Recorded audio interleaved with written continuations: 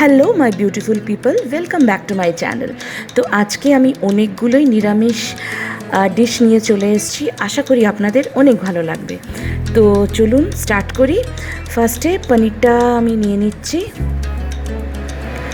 আমি করব আজকে মটর পনির একদম নিরামিষ পদ্ধতিতে।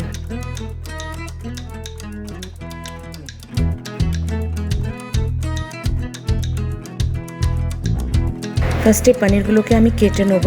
পনিরগুলোকে আমি এইভাবে কেটে নিচ্ছি।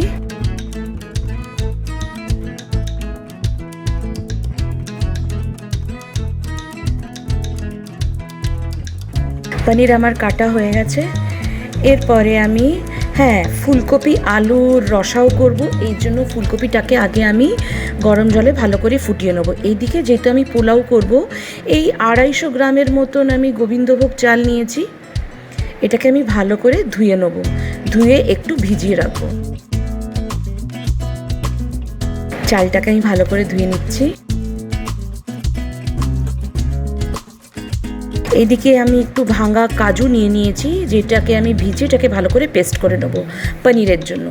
এদিকে আমি কড়া বসিয়ে দিয়েছি, তেলটা আমার গরম হয়ে গেছে। তো পনিরগুলোকে আমি ভালো করে ভেজে নেবো, মানে এই সেমি লাল লাল করে ভাজবো।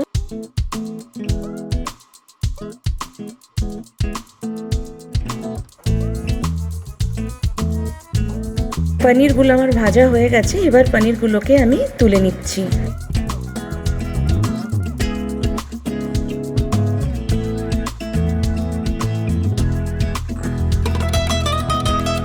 পনিরগুলোকে তুলে না আমি একটু ঠান্ডা জলে পনিরগুলোকে ভিজিয়ে রাখবো, তাতে পনিরগুলো না একটু সফট থাকে। এদিকে আমি এই রকম কাশ্মীরি লঙ্কা নিয়ে নিচ্ছি। ফার্স্টে ভেতরের বিচিগুলোকে আমি বের করে নিচ্ছি, দিয়ে এটাকে আমি ডুমো ডুমো করে কেটে নেবো। কিছুটা ডুমো ডুমো করে কাটবো, কিছুটা লম্বা লম্বা করেই আমি স্লিটসে কেটে নেবো। এটাকে পনিরের জন্য ডুমো ডুমো, আর আলু ফুলকপির জন্য আমি লম্বা লম্বা করে লঙ্কাটাকে আমি কেটে নেব। এদিকে টমেটোটাকে আমি ডুমো ডুমো করে কেটে নিচ্ছি। আদাটাকে আমি গ্রেট করে নিচ্ছি।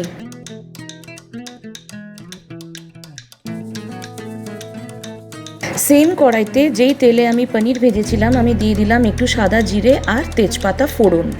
আর আমি একটু ফ্রোজেন মটরশুঁটি এনেছিলাম বাজার থেকে, যেটা আমি পনিরে ইউজ করব, মানে আমি বানাবো পনির মাটার। এই টমেটো কুচিগুলো আমি দিয়ে দিচ্ছি। হাফটা দেবো, হাফটা রেখে দেবো আলু ফুলকপির জন্য। হাফ গ্রেটেড আদাও দিয়ে দিচ্ছি, দিয়ে এটাকে একটু ভালো করে ভেজে নেবো। ফার্স্টে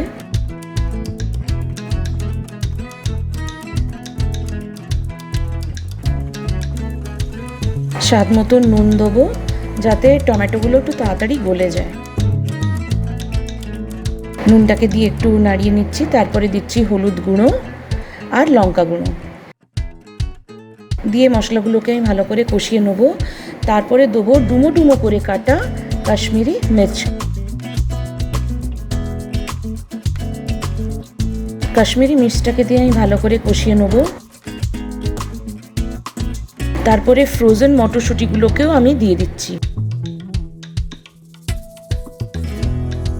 ফ্রোজেন মটরশুঁটিগুলোকে দিয়েও আমি ভালো করে কষিয়ে নিচ্ছি। এরপরে উষ্ণ গরম জল আমি এটাতে আমি ঢেলে নিচ্ছি। ঢেলে একটু নাড়িয়ে এটাকে আমি এই 10 থেকে 12 মিনিটের জন্য ঢেকে রাখবো। এই দিকে যতক্ষণ মটরশুঁটিটা হবে, সেটাকে অন্য মানে ওই দিকের গ্যাসে শিফট করে আরেকটা কড়াতে আমি তেল গরম করে নিচ্ছি আলু ফুলকপির জন্য।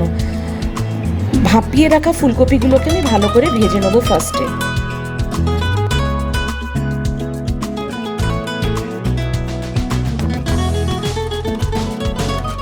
ভাজা হয়ে গেলে এগুলোকে আমি নামিয়ে নিচ্ছি। আবার একটু তেল দেবো। তেলটা গরম হলেই দিয়ে দেবো সাদা জিরে, তেজপাতা দিয়ে কেটে রাখা আলুগুলোকে দিয়ে আমি এটাকে ভালো করে ফার্স্টে ভেজে নেবো। দিয়ে দিচ্ছি পরিমাণ মতো নুন, তারপরে ডাইস করা, তারপরে কুচনো টমেটোগুলোকেও আমি দিয়ে দেবো, দিয়ে একটু ভেজে নেবো। তারপরে দিয়ে দিচ্ছি গ্রেট করা আদা।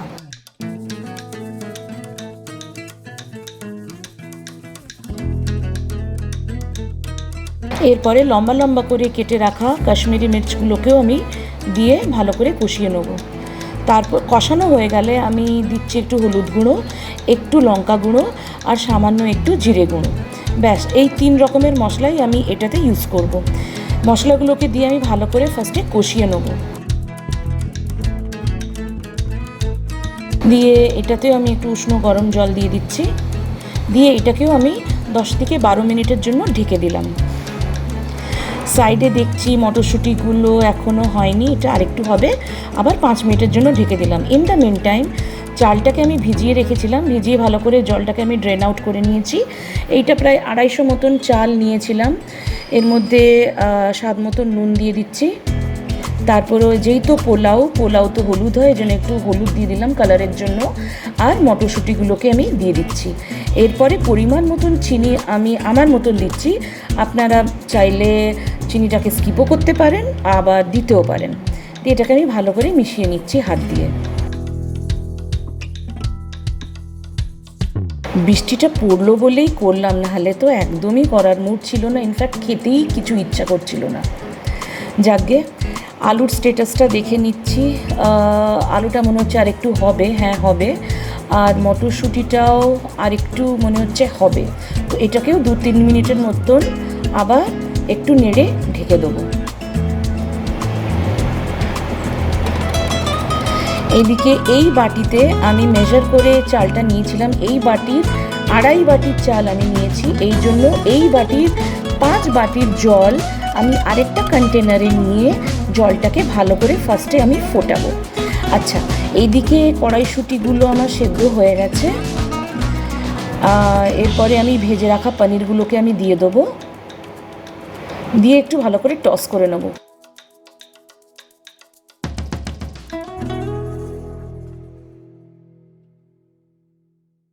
এরপরে বেটে রাখা কাজুটাকে আমি দিয়ে এটাকে আমি ভালো করে টস করে নেব। এটা হচ্ছে একটা এমনই রেসিপি, আপনারা পরোটা দিয়েও ট্রাই করতে পারেন, লুচি দিয়েও ভালো লাগবে, আবার রুটি দিয়েও ভালো লাগবে। আর আমরা আজকে ট্রাই করব পোলাও দিয়ে। আবার রাত্রিরে পরোটাও ভাজবো, একটু ঠান্ডা ঠান্ডা বৃষ্টি পড়েছে যখন।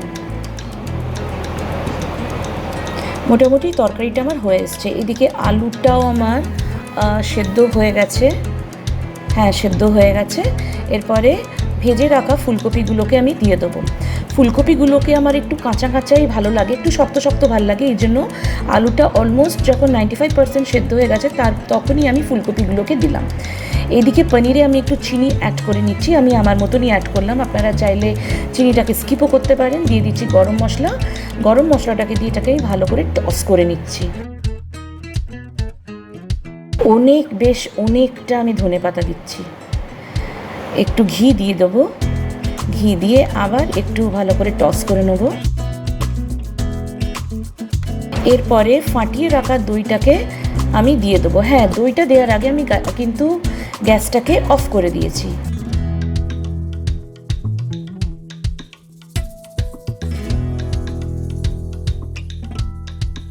দিয়ে এটাকে আমি ভালো করে মিক্স করে নিচ্ছি দইটা। আমার পনির মটর অলমোস্ট রেডি, নিরামিষ পনির মটর রেডি। এদিকে ফুলকপি আলুটাও আমার হয়ে এসছে। দিয়ে দিচ্ছি 2-3টে লঙ্কা, বেশ অনেকটা ধনেপাতা কুচি, দিয়ে এটাকে আমি ভালো করে টস করে নেব। আমি একটু শুকনো শুকনোই করলাম, গ্রেভি দিইনি। একটু পরিমাণ মতন চিনি দিয়ে দিলাম। একটু চিনিটা দিলে কি টেস্টটা একটু এনহ্যান্স হয়, বিশেষ করে নিরামিষ তরকারিতে। দিয়ে দিচ্ছি একটু গরম মশলা, দিয়ে দিলাম ঘি, দিয়ে এটাকে আমি ভালো করে টস করে নিচ্ছি।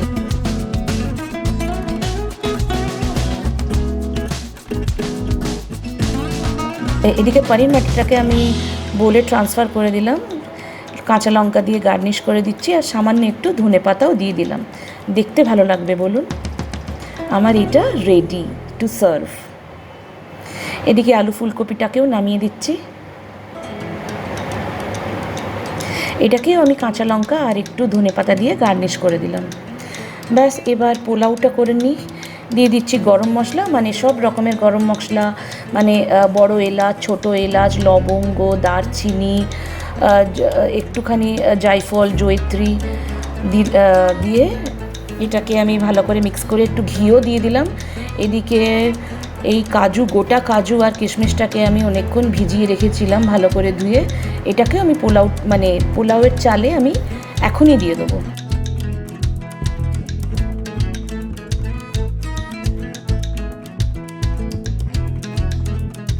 এটাকে আমি ভালো করে হাত দিয়েই ভালো করে মেখে নিচ্ছি। দেখুন পোলাওর জলটা আমার অলরেডি ফুটছে।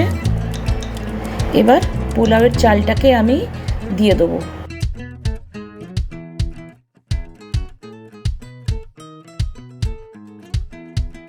এবার আবার একটু ঘি দিয়ে দিলাম, ঘি দিয়ে একটু হালকা হাতে নেড়ে নিচ্ছি।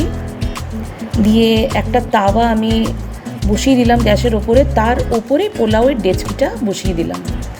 এবার এটাকে ঢেকে একদম 20 থেকে 25 মিনিট পরই চেক করব। এবার দেখি হয়েছে কি না। হ্যাঁ, পোলাওটা আমার একদম রেডি। অবশ্য মাঝখানে আমি একটু নেড়েছিলাম পোলাওটাকে, দেখুন একদমই ঝরঝরে হয়েছে আর খেতেও ভীষণ টেস্টি হয়েছে। এবার চলুন খেতে দিয়ে দিই, সবার ভীষণ খিদে পেয়ে গেছে। আপনাদের রেসিপিগুলো কেমন লাগলো প্লিজ আপনারা একটু কমেন্টে লিখবেন, আর যদি ভালো লেগে থাকে একটা লাইক করে দেবেন, আর ফলো করবেন চ্যানেলটাকে, সাবস্ক্রাইবও করবেন। আলু ফুলকপিটাকে ফার্স্ট আমি সার্ভ করে নিচ্ছি, এবার পনিরটাকে সার্ভ করছি, বাদ বাকিটা রেখে দেবো রাত্রিরে পরোটা দিয়ে খাবো বলে।